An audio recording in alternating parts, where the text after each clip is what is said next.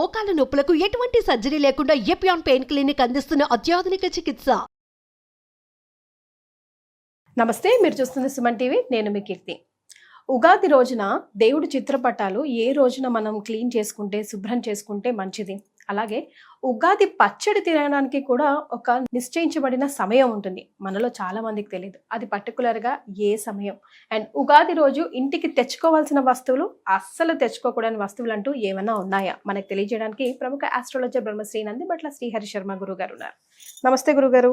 వాగర్థ వివ సంపృక్తౌ వాగర్థ ప్రతిపత్తయే జగతః పితరౌ వందే పార్వతీ పరమేశ్వరౌ. సదాశివసమారంభాం శంకరాచార్య మధ్యమాం అస్మదాచార్య పర్యంతం వందే గురు పరంపరాం. ఆదిత్యాయ చ సోమాయ మంగళాయ బుధాయ చ గురు శుక్ర శనిభ్యశ్చ రాహవే కేతవే నమః. శృంగేరి జగద్గురు పీఠాధిపతులకి, కంచి పీఠాధిపతులకి నమస్కారములు తెలియజేసుకుంటూ కార్యక్రమాన్ని ప్రారంభిద్దాం. గురుగారు, శ్రీ విశ్వవసునామ ఉగాది పండుగ శుభాకాంక్షలండి. మీకు, మీ యొక్క యాజమాన్యానికి, పనిచేస్తున్నటువంటి సిబ్బందికి అందరికీ, వీక్షిస్తున్నటువంటి మన ప్రేక్షకుల కుటుంబాలకి అందరికీ కూడా విశ్వావసునామ సంవత్సర యుగాది శుభాకాంక్షలు. సో గురుగారు, మన కొత్త సంవత్సరంలోకి అడుగు పెడుతున్నాము. అయితే ముందు రోజు శనివారం అవ్వడం, ఆ రోజు గ్రహణం ఉండడం ఇతర దేశాల్లో, అలాగే అమావాస్య ఉండడం అలా జరుగుతూ ఉంది కదా. మరి దేవుడి గదిని, దేవుడి చిత్రపటాలని ఎప్పుడు శుభ్రం చేసుకోవాలి? శనివారంకి ముందు చేసుకుందామా అంటే శుక్రవారం వచ్చేసేసింది. శుక్రవారం మనం జనరల్గా సెంటిమెంట్గా ఫీల్ అవుతూ ఉంటాం. దేవుడి చిత్రపటాలు అవి క్లీన్ చేసుకోకూడదు అని కొన్ని ఇళ్లలో సెంటిమెంట్ ఉంటుంది. సో ఏది కరెక్ట్ అంటారు? ఏం చేయాలంటారు గురుగారు? ముఖ్యంగా అమావాస్య రోజున మనం ఎటువంటి పనులు తలపెట్టలేం. కొన్ని నియమాలు ఉన్నాయి. అసలు పూర్వకాలంలో చదివే చెప్పరు. ఎటువంటి వ్యాపార లావాదేవీలు కూడా అమావాస్య రోజున చేయడానికి ఇష్టపడరు. ఒకప్పుడు అంటే ఇప్పుడు సండే లాగా అప్పుడు అమావాస్యకి హాలిడే ఉండే కదా. అమావాస్య, పౌర్ణమి, పాడ్యమి, చతుర్దశి తిథులు. అయితే మనకు ఈ సంవత్సరం పాల్గొన మాసం పోతూ పోతూ అమావాస్య శనివారం నాడైంది. పైగా ఆ రోజున విదేశాలలో, మనకు ఐఎస్టీ స్టాండర్డ్ ప్రకారం విదేశాలలో సూర్యగ్రహణం అనేటువంటిది ఉన్నది. కాబట్టి కనపడనటువంటి సూర్యగ్రహణానికి మనమేం నియమాలు ఏం పాటించాల్సిన అవసరం లేదు. పూజా మందిరాలు కడుక్కోవడాలు, ఇల్లు కడుక్కోవడాలు అటువంటి ఏమీ చేయనవసరం లేదు. కానీ కొంత నియమాలు కనుక పాటించుకుంటే చాలా మంచిదని చెప్పవచ్చు. అయితే తెల్లవారే మనకేంటి, అందరికీ కూడా, భారతదేశం అందరికీ కూడాను యుగాది స్టార్ట్ అవుతుంది. సనాతన ధర్మాన్ని పాటించే వాళ్ళకందరికీ 30వ తారీఖు రోజున. మరి పొద్దున్నే లేచి ఈ ఉగాది సందర్భంగా చక్కగా చేసుకోవాలి కదా కొన్ని కార్యక్రమాలు. అంతకు ముందు రోజు మరి ఇంటిని శుభ్రం చేసుకోవాలి. చూస్తేనేమో అక్కడ గ్రహణం వచ్చిందా, ఎక్కడో విదేశాల్లో ఉంది, మనకు లేకపోయినా విదేశాల్లో గ్రహణం. తదుపరి అమావాస్య రోజున క్లీన్ చేయకూడదు. కానీ అదృష్టవశాత్తు సాయంత్రం 4:30 తర్వాత పాడ్యమి తిథి ప్రారంభమవుతుంది. కాబట్టి సాయంకాల సమయంలో ఇంటిని శుభ్రం చేసుకోవడం మంచిది. అమావాస్య ఉండేంత వరకు 4:30 వరకు కూడాను ఎటువంటి పనులు చేయకపోయినా 4:30 తర్వాత ఇంటినంతా శుభ్రపరచుకోవడం, బూజు దులుపుకోవడం అన్నీ చేసుకోవాలి. అలాగే ఇంట్లో ఉన్నటువంటి నకారాత్మక శక్తి, అంటే నెగిటివ్ ఎనర్జీ అనేటువంటిది ఇంటి నుంచి పోవాలి అని అంటే ఇల్లంతా శుభ్రపరచుకోవాలి, చేసుకోవాలి. గురుగారు, మనం జనరల్ గా సాయంకాలంలో బూజాది దులుపకూడదు అనుకుంటాం కదా గురుగారు. కానీ 4:30 తర్వాత నుంచి సాయంత్రం 6:10 వరకు కూడా 6:10 వరకు కూడా సూర్యాస్తమయం 6:10కి అవుతుంది. కాబట్టి ఈ లోపల తుడుచుకోవచ్చు, బూజు దులుపుకోవచ్చు. తదనంతరం చక్కగా ఇంటినంతా కూడాను మంచి బట్టతో, పొడి బట్టతో చక్కగా నీటిలో గంగాజలం వేయడం, గళ్ళ ఉప్పు వేయడం, జాజికాయ, జాపత్రి, లవంగాలు, పచ్చకర్పూరము, యాలకుల పొడి, అలాగే గంగాజలం, ఇవన్నీ చెప్పాం కదా, పసుపు, గోపంచకం, ఇవన్నీ వేస్తే ఒక అద్భుతమైనటువంటి దైవశక్తి అనేటువంటిది గ్రహించడానికి మన ఇల్లు అనుకూలంగా ఉంటుంది. కాబట్టి అన్నిటినీ కలిపి ఆ నీటితో ఇల్లంతా శుభ్రపరిచి, అలాగే పూజా మందిరం శుభ్రపరిచి, అలాగే పూజా మందిరంలో ఉన్నటువంటి దేవతా విగ్రహాలు, వెండి వస్తువులు, రూపులు, అన్ని పటములు అన్నీ కూడాను శుభ్రపరిచి పెట్టుకోవచ్చు. పెట్టుకొని ఆ రోజు కనుక ఉంటే ఏమవుతుందంటే ఇక పాజిటివ్ ఎనర్జీ అనేటువంటిది ఉంటుంది.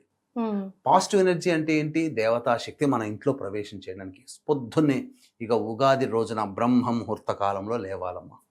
పొద్దున్నే లేచి కాలకృత్యాదులన్నీ తీర్చుకొని చక్కగా ఆ కాలకృత్యాదులు తీర్చుకునే విషయంలో కూడా తైలాభ్యంగన స్నానము ఖచ్చితంగా చేయమన్నది.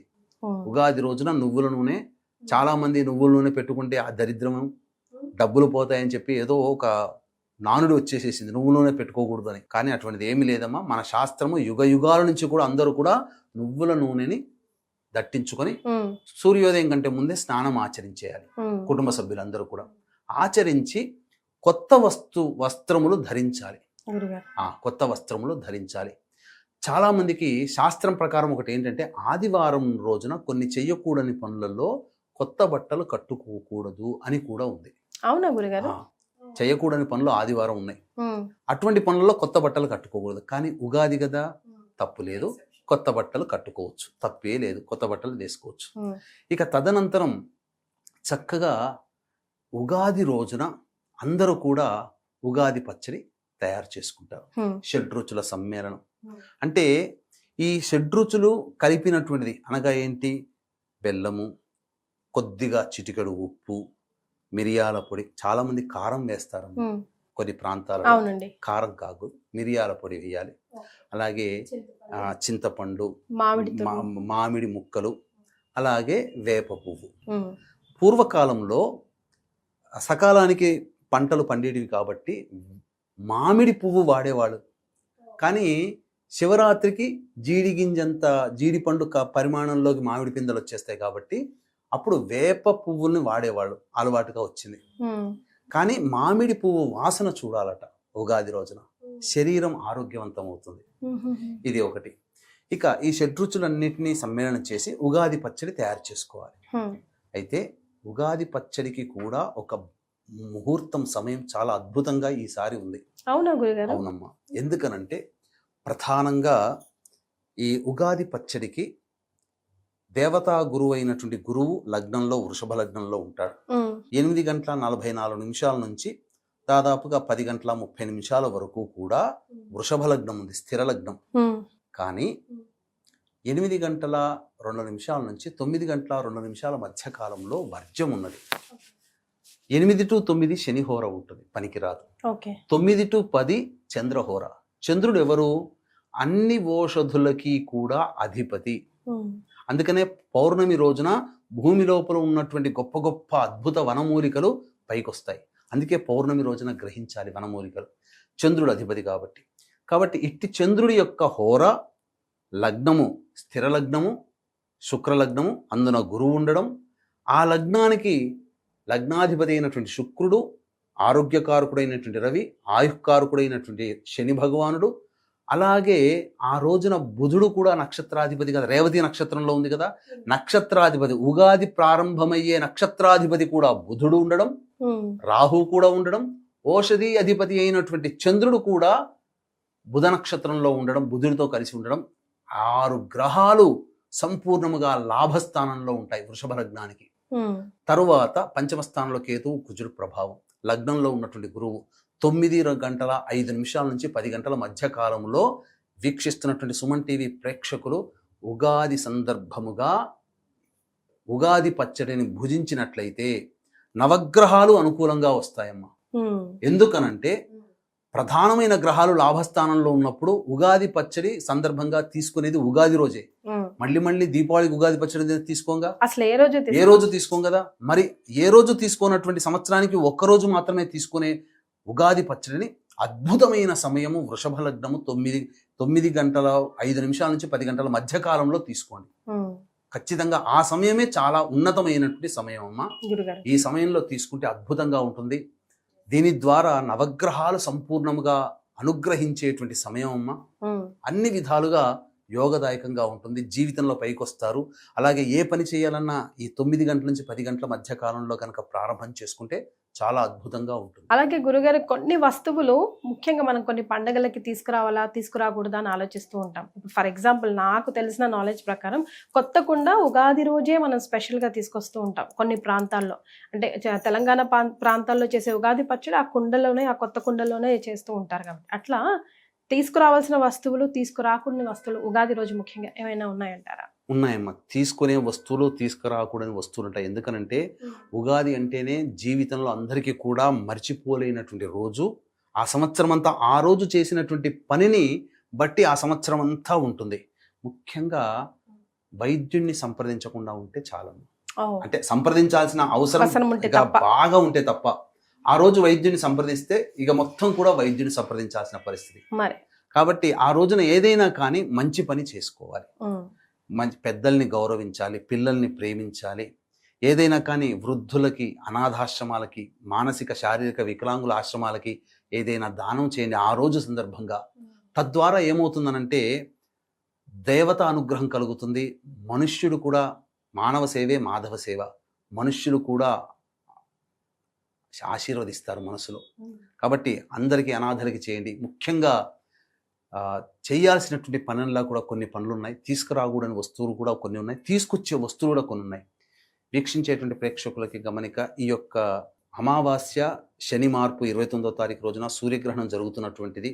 షడ్గ్రహ కూటమి కూడా ఆ రోజున 29వ తారీఖున ఉన్నటువంటి కారణం చేత అద్భుతమైనటువంటి శని అమావాస్య రోజున ఉన్నటువంటి రోజున పురస్కరించుకొని జాతకరీత్యా మీ యొక్క సంకల్పం నెరవేరాలి, అలాగే మీకు ఉన్నటువంటి సకల దోషాలు తొలగిపోవాలి జాతకరీత్యా అనే ఉద్దేశంతో సంకల్ప సిద్ధి, సర్వదోష నివారణ పూజలు, హోమాలు అనేటువంటివి 29వ తారీఖు రోజున సాయంకాలం సూర్యాస్తమయం తర్వాత ప్రత్యంగిరా హోమం, బగలాముఖి హోమం, వారాహి హోమం, రాజశ్యామల హోమం, మృత్యుంజయ హోమం, కాలభైరవ హోమం, ధూమవతి హోమాలతో పాటుగా వివాహం కాని అబ్బాయిలు అమ్మాయిలకి సంతానం, దాంపత్య సమస్యలు, అనారోగ్య సమస్యల నివారణకి విశేషమైనటువంటి సర్వదోష నివారణ, సంకల్ప సిద్ధి హోమాలు జరిపించడం జరుగుతుంది. అవకాశం ఉన్న వాళ్ళు 29వ తారీఖు రోజున సాయంకాలం 6 గంటల వరకు కూడా ఈ కార్యక్రమంలో గోత్రనామాదులు నమోదు చేసుకోవచ్చు.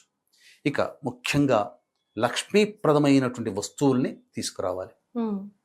ముఖ్యంగా గళ్ళ ఉప్పుని తీసుకొచ్చుకోవాలి. తీసుకొచ్చుకొని ఇంట్లో పెట్టుకుంటే ధనము నిల్వ చేకూరుతుంది. ఉదయం 7 గంటల నుంచి 8 గంటల మధ్య కాలంలో శుక్రహోర ఉంటుంది. ఆ సమయంలో గళ్ళ ఉప్పు తెచ్చుకోండి. తర్వాత ఇంకా ఆ సమయంలో తామర గింజలు, తామర పుష్పాలు, దక్షిణావృత శంఖం ఆ రోజున తెచ్చుకొని పెట్టుకుంటే, గోమతీ చక్రాలు, పసుపు, బెల్లము, ఇవన్నీ ఆ 7 నుంచి లక్ష్మీ అమ్మవారికి ప్రీతికరమైనటువంటి సూచించే వస్తువులు. లక్ష్మీ గవ్వలు అనే ఉంటాయి, పసుపు రంగులో ఉంటాయి. అవి తెచ్చుకొని పెట్టుకుంటే చాలా అద్భుతంగా ఉంటుంది. ఇక ముఖ్యంగా నమ్మ ఆ రోజున తీసుకొచ్చుకోవాలి. ఇక తీసుకురాకూడని వస్తువులు ఏంటంటే కత్తెరలు, ఇనుప వస్తువులు, గుండు పిన్నీసులు కొనుక్కుంటారు. అలాగే స్త్రీలు ధరించే ఇనుప వస్తువులు చాలా మంది తెలియక ఏంటంటే కొత్త బండ్లు కొనుక్కొచ్చుకుంటారు. అది ఇనుమే కదమ్మా, ఇనుమును తీసుకురాకూడదు. సో ఉగాది రోజున వాహనాలు కొనుగోలు చేయకూడదు. ఎందుకంటే అది ఇనుముతో సంబంధించినటువంటి వ్యవహారం కాబట్టి ఇనుము వస్తువుల్ని ఆ ఉగాది రోజున తీసుకురాకూడదు. అది అపమృత్యువు, దరిద్రానికి హేతువు. సీసపు వస్తువులు, పింగాణి వస్తువులు ఇలాంటివి కొన్ని తీసుకురాకూడదు. నూనె పదార్థాలు, ఏవైనా నూనెలు ఉంటాయి కదా ఇంట్లో వాడుకుని, అటువంటి నూనెలు కానీ ఏవి ఆ రోజున చాలా మంది తెలియక ఉగాది రోజున దీపారాధన వెలిగించుకోవాలని చెప్పేసి ఉగాది పండుగ రోజున తీసుకొచ్చుకొని దీపారాధన చేస్తారు. అవి చేయకూడదమ్మా, మహాదోషం.